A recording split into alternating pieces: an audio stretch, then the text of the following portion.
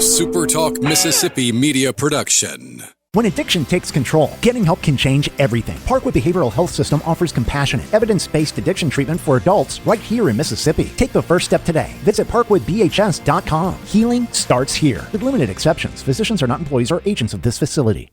Big news from Robinson Electric Supply in Laurel. We've moved. You'll now find us directly behind our old building, right by Sawmill Animal Hospital. We're still your trusted electrical distributor, carrying everything from conduit to tape. And don't forget our full line of Milwaukee tools. Whether you're a contractor or a DIY pro, stop by the new Robinson Electric Supply at 1222 West 6th Street and see what's lighting up Laurel. Robinson Electric Supply. New location, same trusted service.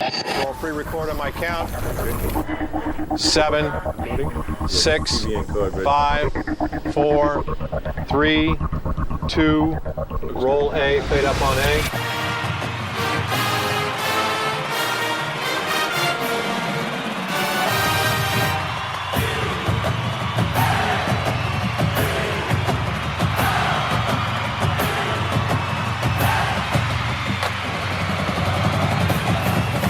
Southern Miss to the top.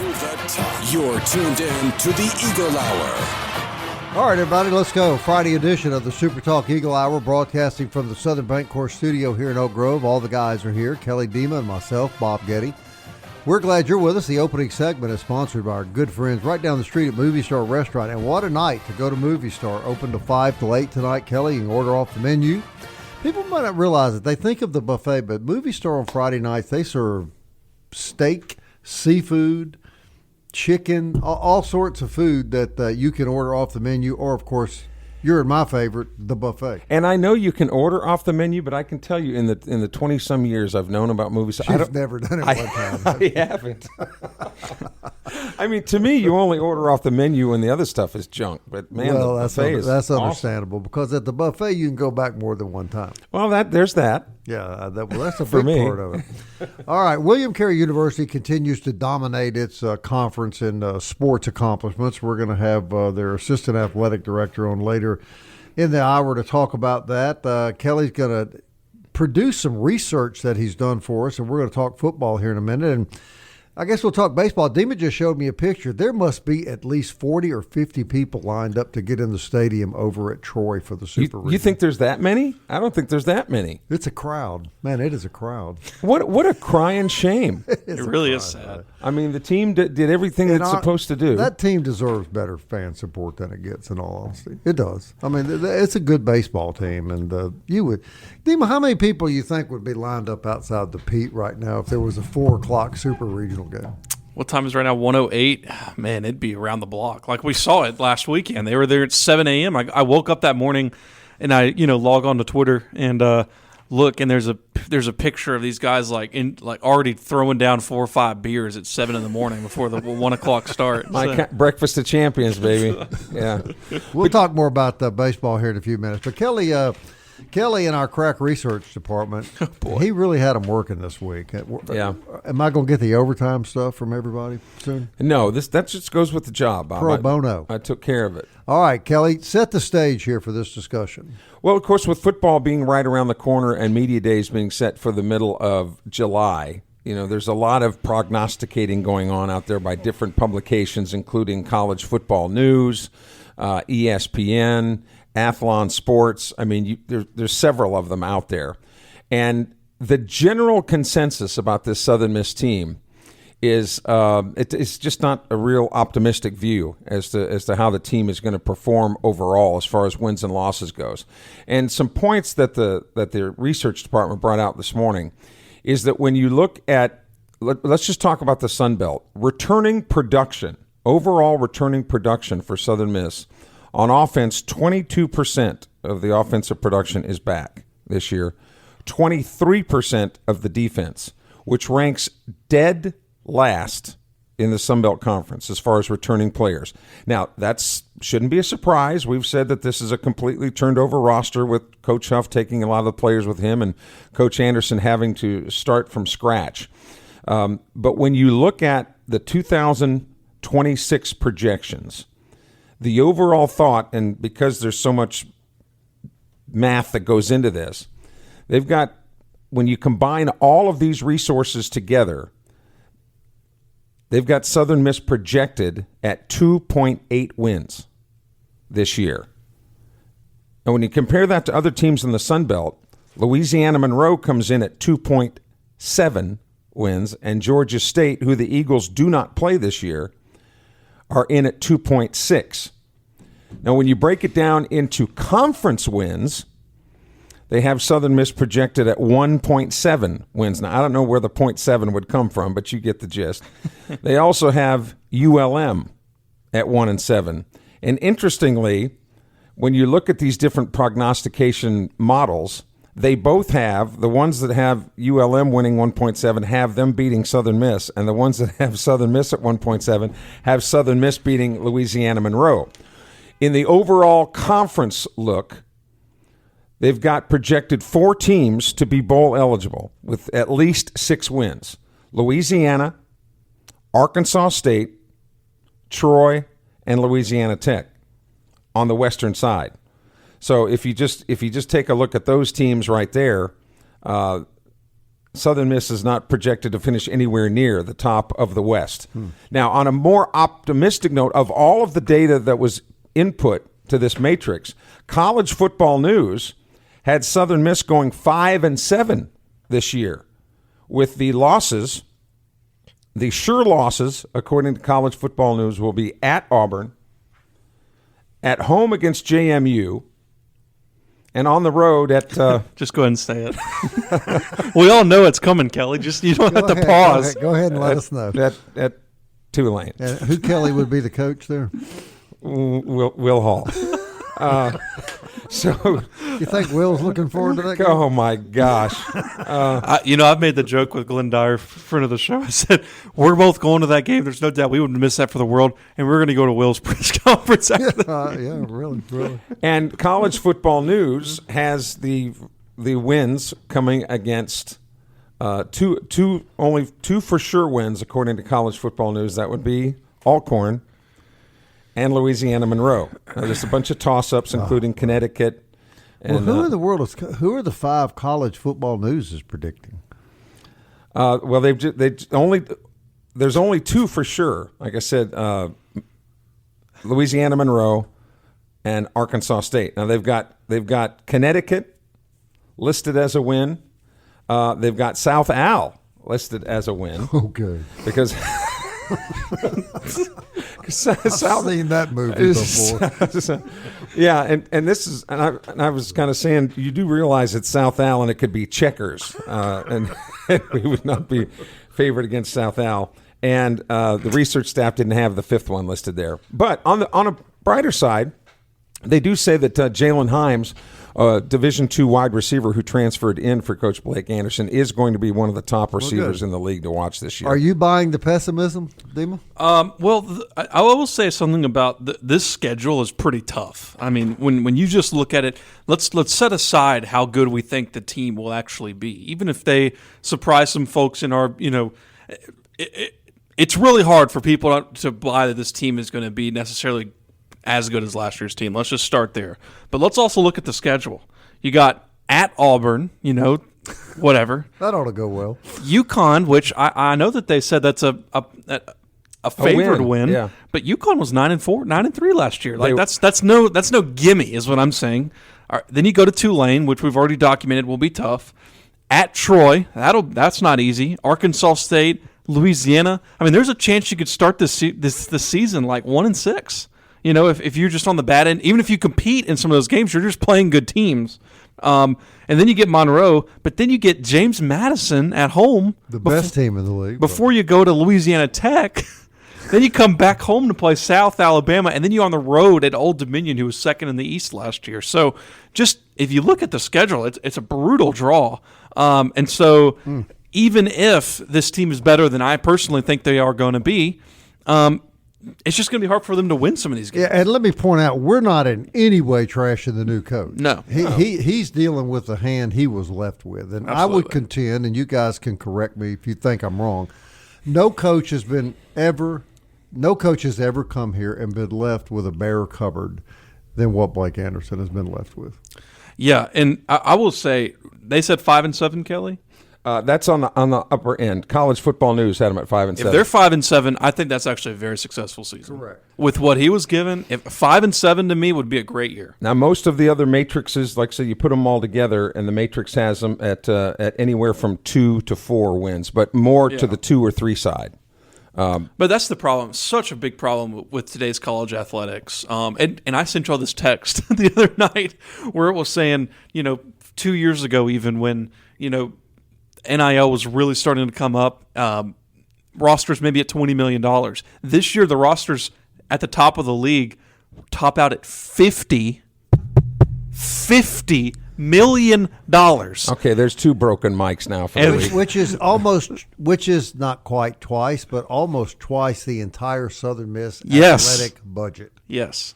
And the ESPN article, which was released either yesterday or the day before, was talking about at some point in the near future, and it's already starting to happen in some levels, but at the top of the list of the draft board, you will actually be taking pay cuts. Oh, yeah. Absolutely be taking pay cuts Absolutely. from getting drafted number 1 overall. So, simple question, Dima. Doesn't that mean college football is professional football?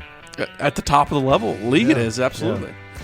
Hey, when we come back, how would you feel about a guy that played 6 years of professional baseball and then goes back to college, is going to be on a football team, a college football team this year?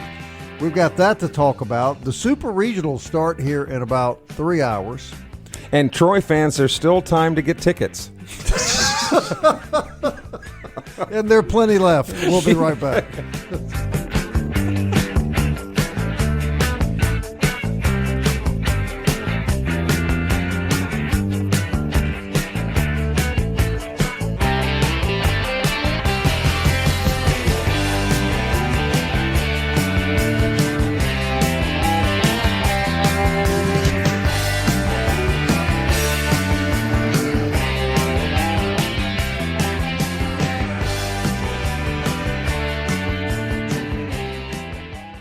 Big news from Robinson Electric Supply in Laurel. We've moved. You'll now find us directly behind our old building, right by Sawmill Animal Hospital. We're still your trusted electrical distributor, carrying everything from conduit to tape. And don't forget our full line of Milwaukee tools. Whether you're a contractor or a DIY pro, stop by the new Robinson Electric Supply at 1222 West 6th Street and see what's lighting up Laurel. Robinson Electric Supply. New location, same trusted service. Southern Miss to the top. To the top. You're tuned in to the Eagle Hour. Eagle Tire West, they're out on Highway 98 West. Eagle Tire is on Hardy Street. That's where you need to go for all your tires for your cars or your trucks. All the maintenance work, brake work. I just had a wheel sensor put on my car at Eagle Tire West. They do a lot of mechanical work on cars of every brand. They sell every brand of tires. They're local folks. They've been in business since 1985. Eagle Tire West, do business locally. Buy your tires and get your service work at Eagle Tire and Eagle Tire West. And if you want a new car, well, there's only one place to go, Genesis of Hattiesburg. That's because they're the official auto dealer of the Eagle Hour. It's really because their sedans and SUVs are fine, and you can see them all at the exclusive Genesis dealership, Highway 98 West in Hattiesburg. All right, guys, I'm going to read this to you, and then Kelly tells me there's a local connection here that I was unaware of when I found this article, but let me read this real quickly, and I want both you fellows to comment on this. A former Major League Baseball player from North Carolina is returning to college and will play college football. He's 26 years old. His name is Jordan Adams. He was drafted in 2018 by the Los Angeles Angels. He following the draft, he played several years in the minor leagues, appeared in 38 regular season games for the Los Angeles Dodgers and the Baltimore Orioles between 23 and 25. You mean the Angels? What did I say? Angel. You said Dodgers, but Los Angeles. Yeah. Angels. I didn't realize there were two. And anyway, he was a 5-star football player coming out of high school, decided to go to Major League Baseball, has spent 6 years there now. Of course, he never used his college eligibility. So now the 26-year-old Major League Baseball veteran is returning to Southern Methodist University to play football. Guys, is there any end to the madness? Well, Jordan Adams, first of all, is the son of Deke Adams, former defensive tackle and a former coach at Southern Miss, Deke out of Meridian High School. And his mother was a all not Conference USA, but Metro Conference basketball player for K. James, Alexis Adams. She was Alexis Hall, married Deke. So you got Deke and Alexis Adams. This is their son, Jordan, who went to school at, I think, Oak Grove Middle School. And then when Deke went over to North Carolina and took a job over there, then he moved to North Carolina. So this is a Southern Miss kid. Yeah. And with all the legislation now that's being bantered about an age limit, that they're going to supposedly put an age limit as to how much this eligibility can go. If he's going to do it, he needs to do it now. Yeah. Because if that age limitation goes in there, I think 24 or 25 is going to be the absolute upper end. All right, Damon, what do you think about this? To be fully honest, I wasn't paying attention to anything y'all have just said in the past 2 minutes. What were you doing, Damon? Are you paid to not pay attention? Should we deduct your check? I don't know. Well, was this an MLB player playing in football? I think this is the first time anyone's ever asked me like this on the show. Damon, what exactly, where were you, son? You were sitting right there. I just got lost in space. I'm wearing a Disneyland baseball shirt. What can I Yeah, he do? played 6 years of Major League Baseball. Okay. Played for the Angels, and who else did I say? Orioles. And now he got cut. So after a 6-year Major League Baseball career, he's going to go back to SMU and basically enroll as a freshman and play 4 years of football. I feel like I've heard that happening before, but yeah, that's certainly very strange. It's unfair, man. It's kind of crazy. What it'd be like 27 doing? Yeah, he'll be 27, I guess, by the time football season starts, playing with 18 and 19-year-old kids. Kelly, there's madness here, man. There was a college game day story this year of some snapper, who went back to college, and I don't think it was on a D1 school, but I remember that he was like 43, and he went back to college, and they let him be the snapper or the holder for the kickoff team. So Look, now, this kid's an athlete. Oh, I mean, this kid can dominate. Oh, he's something. He really is, pound for pound, just a fantastic athlete. And look, don't think he's going to Southern Methodist just to play football. He's going, I'm sure, to get a paycheck too. And Southern Methodist has got a lot of it, like he's been getting the last 6 years in Major League Baseball. Well, I don't know if it would be to that extent, right, but right. Speaking of Major League Baseball, did you see that the president said, "I've had enough," and he said he wants a salary cap on the MLB? Well, that's not. We can talk about. I'm on top of the negotiations with the collective bargaining. agreement. What's our investigative team on that? That the players will not.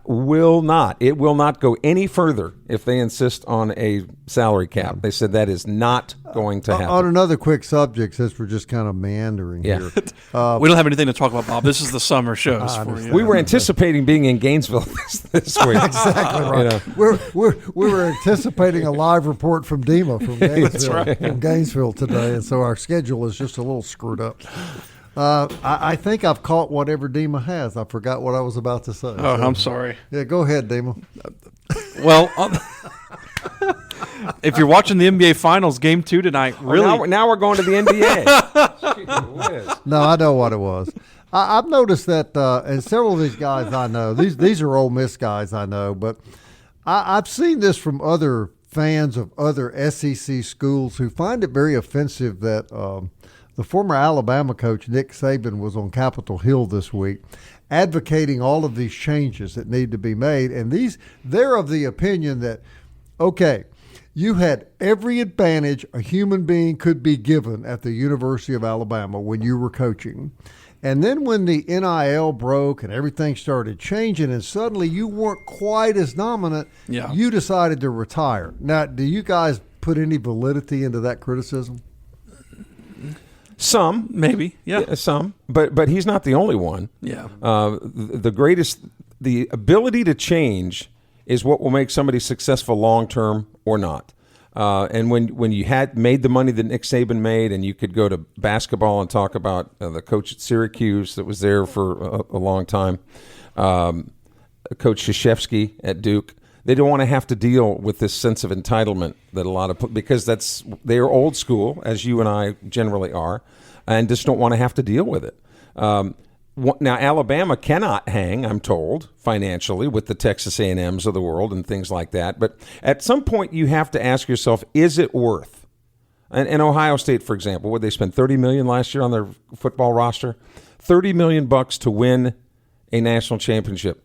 Look, I can't answer the question. I'm just throwing it out there. Is it worth it? I don't know. I mean, is it worth spending $30 million just so that you can hold up a trophy? And according to what Dima just read, it's about to be more Yeah. It said by 2027 it's going to be $100 million. on a football team. Yes. Well, that would probably be more than some NFL football teams.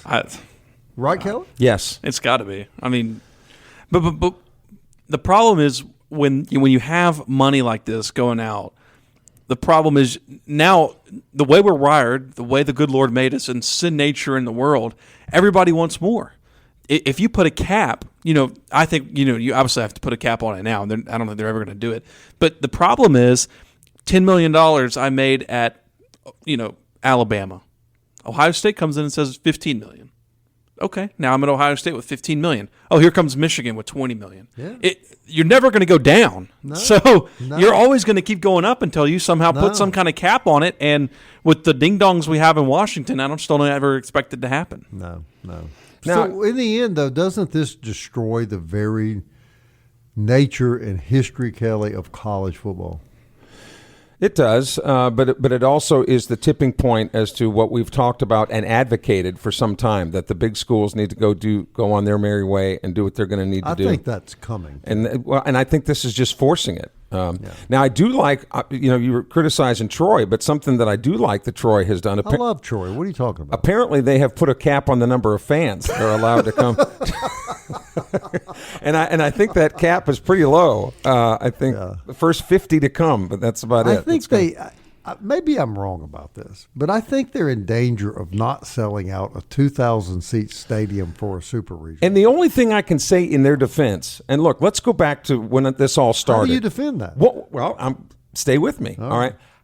Would you have ever thought, what would have been the odds in Vegas that it would have come out that Troy would not have only won that Florida region, but that Arkansas Little Rock, the 4th seed, would have won the Southern Miss region, and that those two paired together would have had Troy. Well, I think you'd be a millionaire if you'd bet $1,000. Right. So to be fair, maybe there were some Troy people that they planned their vacations. This isn't going to happen. Look, I know it's a stretch. I know it's a stretch. We were off how much longer on this segment? But I'm just saying, you didn't anticipate that happening. They probably didn't either. Look at me, Kelly Sander. If you knew I had a vacation plan and unexpectedly Southern Miss surged into the Super Regionals, do you think I might cancel my vacation plan and go to the game? You would. But you just saw the picture with 40 people going to the Troy game today. What's so funny about that photo is that the guy says, "Look at the Troy faithful really showing up 4 hours." That to me was what was so funny about the photo. It's not even the photo, the fact the amount of the fans are there. It says the Troy faithful is really showing out, and there's literally 5 people in line. And that's what actually makes it hurt a little bit more. It does. Is you've got those people being. Oh no. We just broke another mic. Those people being rewarded with a super regional, as it turns out, and they're not even going to go. The fans. Oh, I was going to say the team deserves it. Yeah, going down to Gainesville and winning a regional, you deserve a trip to Omaha. 1,000%. But you can't take nothing away from those kids, man. Absolutely not. Yeah, but the fans aren't showing up, so. And that's unfortunate. Really, we're making fun of it, but those young men, sad. I think they deserve. Let's say they're in Omaha. How many Trap fans do you think they'll have there? Yeah. It's a good thing this is radio because Bob is showing what Troy fans they deserve. MCS Home Center, home television. repair, home remodeling, home construction, everything you need for your next project, home, lawn, or garden, available at MCS Home Center in Bellevue. And if you're a Troy fan not going to the Super Regional and you want to do some yard work, come over to MCS Home Center. They're at 7329 Highway 98 West. We'll give you a sympathy discount. How would that be, Kelly? Tickets still on sale. How about 3 for 1? Plenty available. We'll be right back.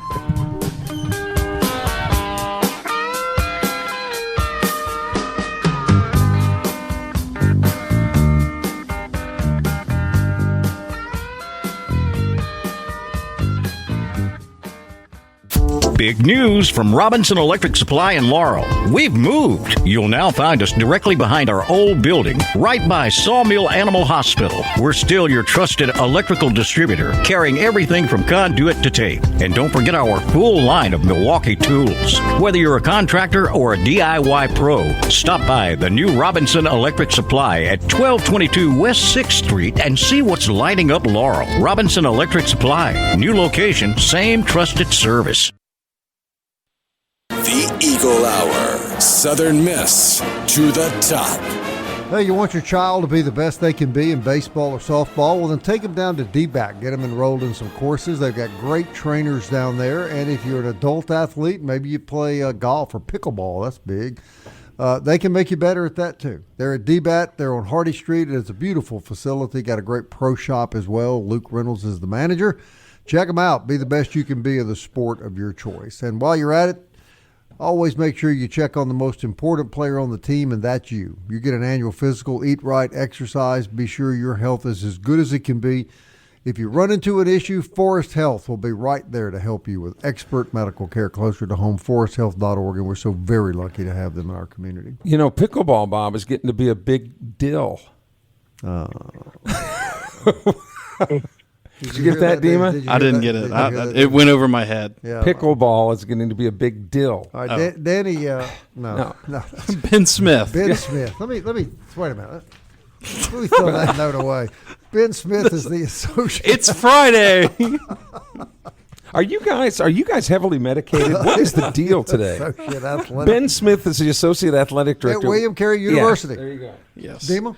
Yeah, and Ben, you guys won the 10th straight Commissioner's Cup over there at William Carey. And Tracy English, your athletic director, was named SSAC Athletic Director of the Year. How about another great year for William Carey Athletics? It was a very good year, and we're very appreciative of all the support from you guys and everybody back in Hattiesburg. And, last year we had a really good year as well. I think we won 11 or 12 conference championships last year. And at the end of the season or the end of the athletic year, I kept wondering how are we going to duplicate that again. And this year we actually won 13. So picked up another one along the way. So very good year for our athletic department. Ben, when boosters come to you and Tracy and Dr. Burnett and say, and this is with all due respect, and they say, man, we're too good for this now. We need to do something else. We need to move to a different conference, or we need to go to the NCAA or whatever. What is your answer when boosters say things like that? If I'm not putting you on the hot seat. No, it's okay.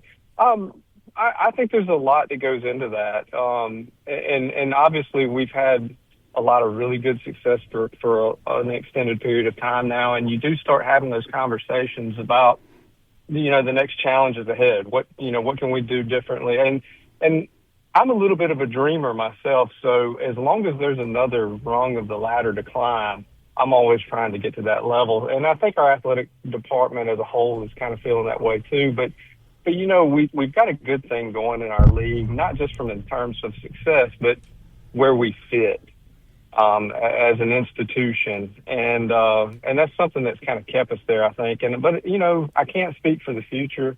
There are conversations about it, especially now that Loyola University in New Orleans has made the jump. They just announced this week that they're joining the Gulf South Conference in Division II for NCAA. So the conversations are happening more frequently now. Where that goes, I wish I could tell you. Now, you just added archery. Archery was one of the latest sports that you added. What about talking about that big picture? What might be next, or what is off the table? Well, I can tell you this because I get asked all the time. Football is off the table. We did a feasibility study, and financially for us, and where we're at as far as what conference we're in, or even if we were to go Division II to the Gulf South, football would not be a necessity there. So that one's off the table. As far as the addition of other sports, and this hasn't happened yet in the NCAA, but it's happening in the NAIA, and a lot of the local high schools are doing it. Women's flag football has been mentioned several times. And I feel like eventually the NCAA will probably come around to adding that as a championship sport as well. If they don't, and we're looking at going Division II in the future, it wouldn't make much sense for us to add it right now either. So we're just kind of sitting in a holding pattern as far as adding anything else. Now, you talked about women's college football, women's flag football. Awesome. Just want to put that out. Yeah. Oh yeah. Oh yeah. Well, let me throw this out there when you talk. That just sounds awesome. When you were talking about big picture, Ben, because high schools and junior colleges have added bass fishing. And I think that's a great thing. I actually do think that's a great thing. I know Ben would like that. Personally, I would love to add bass fishing, and that was something that was also discussed, and it was brought to the board. And for the moment, they said, let's just sit on this for now. I think looking down the road, that could definitely be something that's added. We have a lot of local high schools that have a bass fishing team, and right now, they're going other places, so that would be an opportunity to keep some of these local kids at home. And one of I know from a Southern Miss standpoint, a actual revenue-generating sport, and I know there's going to be people out there. Esports is a big thing. Oh no! Oh, the sound effects guys got to. Well, us. we were trying to get the esports coach on next week, but that's not happening. But you guys have actually discussed that as well, right, Ben? Or not. It has been discussed in the past. Something else that was kind of tabled for a later date, and I wish I had an answer, Ben, for you, but what that would even look like. Honest to goodness, I don't know very much at all about esports. Ben, let me interrupt you a second. You're the assistant athletic director at a very successful university, and I'm going to put you on the spot. Do you really think esports are a sport? Ben? Speaking personally, Oh, no. Yeah. Hopefully that doesn't cost me my job today. I've never been a video game guy, and Dima can tell you guys, I mean, I'm an outdoors guy. Yep. So I've never been one to sit inside and play video games. Right. So, Well, Ben, let me say this to you. Let me just tell you this. Kelly invited me to a round of golf, this week, and I was like, "Oh, that's really nice. Where do you want to play?" And he said, "Oh, there's an indoor facility around here where you can hit it against a wall and it goes." I said, "Of course you'd pick the one place that's not outside, Kelly." Hey, Ben, before we run out of time, I do want to bring this back up about fishing because I've interviewed some young men and women from around this area through the years who were on high school bass fishing teams. My son grew up a bass fisherman up in the Mississippi Delta. He absolutely loved to be on the lake when the sun comes up in the morning, throwing those lures, for bass fishing. I just think that is a wonderful opportunity for kids to be part of a team sport who may not be cut out to play football or basketball or baseball. Would you agree with that? Absolutely.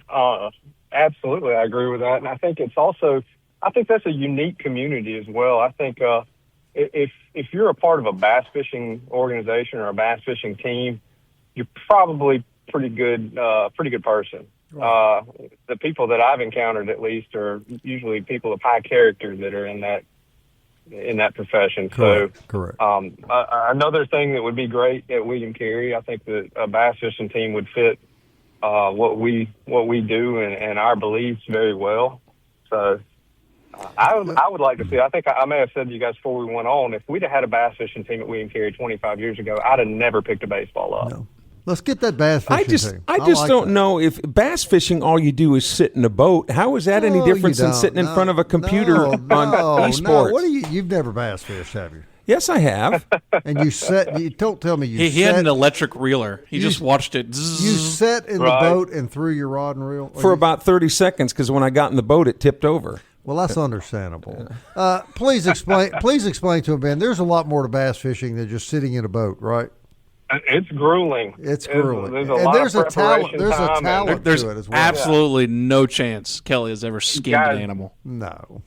I used to. I had a roommate in college whose stepdad was Paul Elias. Yeah, from Laurel. We would go from Laurel. That's right. We would go fishing with Paul, and guys, he would make me so mad out on the lake because you would use the exact same rig, the lures, everything. He would tell you where to cast, wouldn't catch anything. He'd say, "Fun," and he'd throw it there, and he'd pull a 4 or 5 pound bass out of the hole, and it was the most frustrating experience I ever watched. There is a talent. There is a talent to being a good bass fisherman. There's no question. The only time it's grueling is when you run out of cold beer. That's about the only time it gets grueling. Kelly, have you ever seen a bass? Of course, I've seen a bass. They swim around in the pool at what's the store up there in Memphis with the big pier? Bass Pro Shop. Yeah, the Bass Pro Shop. Ben, have you got a position you could provide for Kelly where we can replace him on the Eagle Hour? Is there something at the university he might be able to do? Esports coach. He could be the esports. He could be the esports advisor. Ben, how does that sound to him?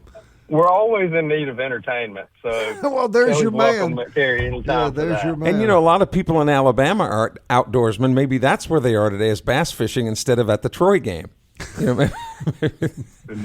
Ben, thanks for we appreciate your time, and we appreciate you putting up with our foolishness. We're in baseball decompression, and we're struggling just a little bit today.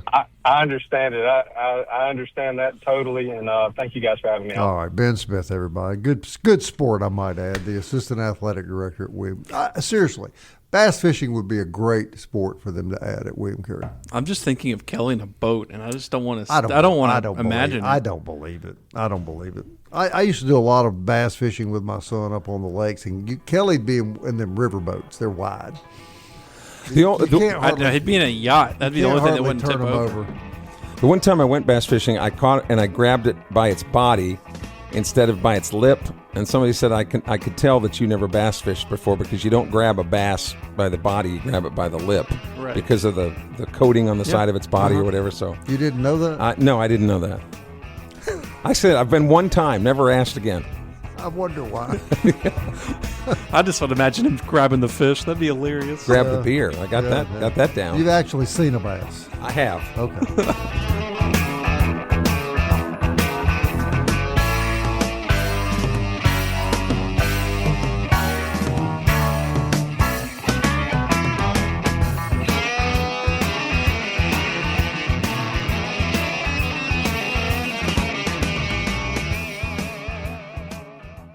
You're tuned in to the Eagle Hour. The Eagle Hour. Southern Miss to the top. All right, Jewel Masters is buying gold and silver every day here in the Pine Belt. They've been doing it longer than anybody in the Pine Belt and will give you more money for your gold or silver than anybody in the Pine Belt. So if you've got some gold or silver lying around your house, maybe even some old jewelry, gold jewelry that you don't wear anymore, and you'd like some cash, Kelly, cold hard cash, take it to Jewel Masters. Ask for Marty Vick. Tell him the guys at the Eagle Hour sent him. We make a lot of fun with Marty, but we really think the world of him, and we know that you will too once you do business with those wonderful, wonderful people at Jewel Masters. Don't forget about our podcast. It's available every day on Apple, Audible, Spotify, Stitcher, TuneIn, or YouTube. And if you're looking for a great dessert over the weekend, I would suggest Mo Beignet Company, 2902 Hardy Street. I think I'm going to go get some hot beignets this weekend. And Kelly, would you happen to know the sauce for June? Peach. Go ahead. It's called Open Mic Peach. Open Mic Peach. All right. Great place to hang out over the weekend now that there's not a lot to do. Demon News and Notes. Yeah, we can start in the transfer portal for baseball, and then a quick update on the point shaving indictment, Kelly, that surfaced in January, into January. But let's start with the transfer portal. Southern Miss baseball currently 4 players in the transfer portal as of our last recording, and that is the 3 that we aforementioned. But now McCarty English, right-handed pitcher, into the transfer portal for Southern Miss. Obviously, a player who was started the season on your rotation. Kind of lost that position, as your reliever, and went into the bullpen, and then just didn't see much action down the stretch. And it's kind of a sad story, kind of a guy who just battled injuries his whole time here, and now he's moving on. And it seems to me like odds is probably going to tell a lot of the pitchers that, because so far four players on the portal for Southern Miss, all 4 pitchers, that they're going to have to make a lot of roster room for their freshman class coming in, and also the portal additions they get. We are hearing names. There is a certain name that we did hear that Southern Miss did sign. We just can't report it yet. And once we can, we will give that to you guys as soon as we can. And 2 other names that Southern Miss is intensifying in talks right now with. So they are definitely on the move. And all 3 of the players, I will say this, all 3 of the players that they have significant interest in would check all the boxes that I think they were missing from last year. And we're going to work to get one of the coaches, maybe Coach Oz, on the show next week. We wanted to give them some space this week, and we knew they were very, very busy with exit interviews and what Dean was just reporting on. So we feel pretty sure that one of the coaches will be on with us next week. And the only game underway in the Super Regionals today, West Virginia having its way in Morgantown against Cal Poly, 11-2. The Mountaineers lead that game, and of course that game would face the winner of the Troy game, which is slated for 4 o'clock this afternoon. Now, they may have to, anticipating a last-minute rush of tickets, they might have to put this game off a little bit. Now, Traffic jams. We're making fun of Troy, but I'm going to tell you one thing. If you tune into any of these West Virginia baseball games, golly, small aren't you right? stadium, but boy, are they excited. The camera panned to the top of the hill, and it was probably 70 yards from the stadium, and there's all these tailgating tents up there. I'm like, how have they even seen the game? Yeah. Well, I think they're happy, aren't they? I think most schools support their baseball teams and even softball. When you looked at the softball super regionals, I mean, huge crowds. Yeah. Meanwhile, you remember the point shaving scandal that Southern Miss was involved in, to a degree. Southern Miss player. Yeah, a Southern Miss player. That's fair. Well, the Alabama State, 4 players have announced today that they are going to be ruled permanently ineligible for accepting payment from gamblers to fix a game against Southern Miss. These are Alabama State basketball players Amar Knox, Sean Fulcher, Corey Hines, and Tony Madlock have taken fault for that. That was a game that was on December 5th, 2024, and I think Coach Ladner was out with his heart issue during that tenure, and Southern Miss was a 6-point favorite and wound up winning the game by 17 points. And according to the NCAA, 2 known bettors offered the players a total of $2,000. Yeah. So now they just lose. Throw away your whole career for $2,000. Yes, that's right. And the players accepted the offer and then later accepted the money. I believe that's the game where in the indictment it said that they were trying to throw, but they said, quote, Southern Miss was so bad that they couldn't throw the game. Horrible. End quote. I don't think there could be a greater betrayal to your teammates, to your coaches, to your school, to your fans of what these guys are doing. I just think it's awful. And really, by today's standards, $2,000 is nothing. That's silly. I mean, that even hardly fill your car up. Not considering what now is happening to them on the other end. Right. But it also goes to make the point that we've said several times on this when we talk about transfer portal and NIL deals. Everything is about money, it seems. It's sad. It is sad. It's sad. And that's just again, I don't want to repeat myself, but that's just such a terrible betrayal to everybody that follows your program.